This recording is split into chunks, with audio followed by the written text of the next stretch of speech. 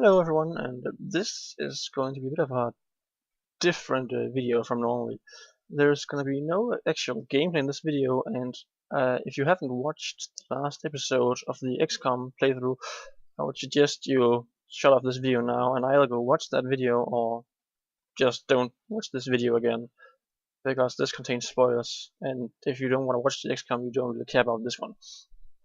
So anyway, for those that are still here, you might be wondering what exactly you're looking at right now, and this is the Xcom utility log. Yes, it keeps a log, and every time you enter a mission and you then leave, it'll make a little log like this. Right here we have the overview of the first part of the Sidonia mission. You can see here all of our units, and here's a nice overview. We had 14, 4 died, we lost tank, and we killed all of this nonsense. Here is the more specific statistics. But that's not what we're interested in. Now, you might be asking, why am I looking at this and why am I showing you this? And the reason is quite simple, because you might remember that I was on my way down to the chrysalid that killed Emily, and I had stacked up about 4 troops in a small little corridor, and then we got blaster bombed, and that's a bit peculiar because I said it was the zombie that did it, the zombie that took Emily because she had a blaster launcher, and then I looked it up on the wiki afterwards, and it turns out chrysalids, they cannot fire their weapons only to reaction fire, which then boggled my mind because then I did not know what the hell just happened. Because if there was an Ethereal alive, surely it would have mind controlled my team, right?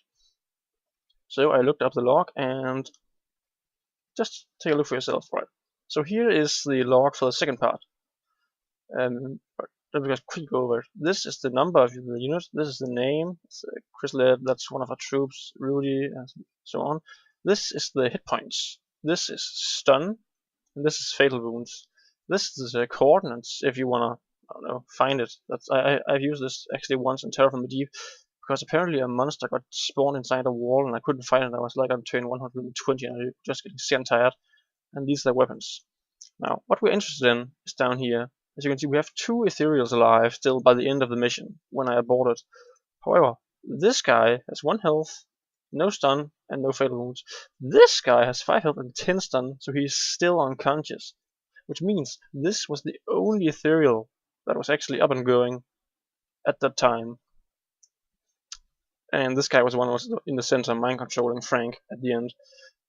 Which then means that it had to have been the zombie that did it, because there was no other Ethereals alive, and chrysalids, silicoids, stelatids, and cephalopods, none of those can actually shoot blaster bombs. It was only Ethereals or my troops that could do it, which means that the zombie that had taken over Emily shot a blaster bomb at us somehow, which is quite peculiar, and I've actually never noticed. I've never had that happen before ever. So yeah. Also, as you can see here, this is a bit unrelated, but I just felt like pointing it out. That chrysalid was actually the only enemy that was alive in the end, apart from that Ethereal. So you can see here we have a Celtic right here, yeah, but he has 9 stun. We have a Sectopod with 14 stun, but Sectopods cannot recover because they are 4 square, the large units. Which means that 1 chrysalid actually took out my entire team. 1 chrysalid wiped out everyone. That's a bit embarrassing.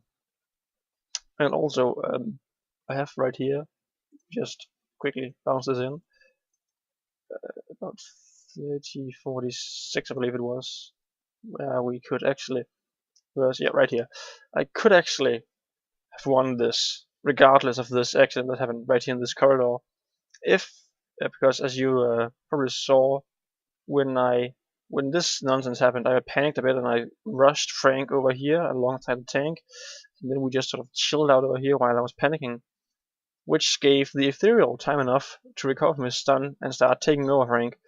What I should have done was instead I should have gone here and then in here, up into this room, fly all the way over here and then quickly run this way, in here, up here, and then up through the roof.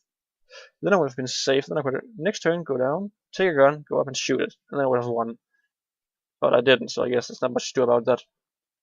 But yeah, just a little FYI. that we actually did lose because of one crystal that then took over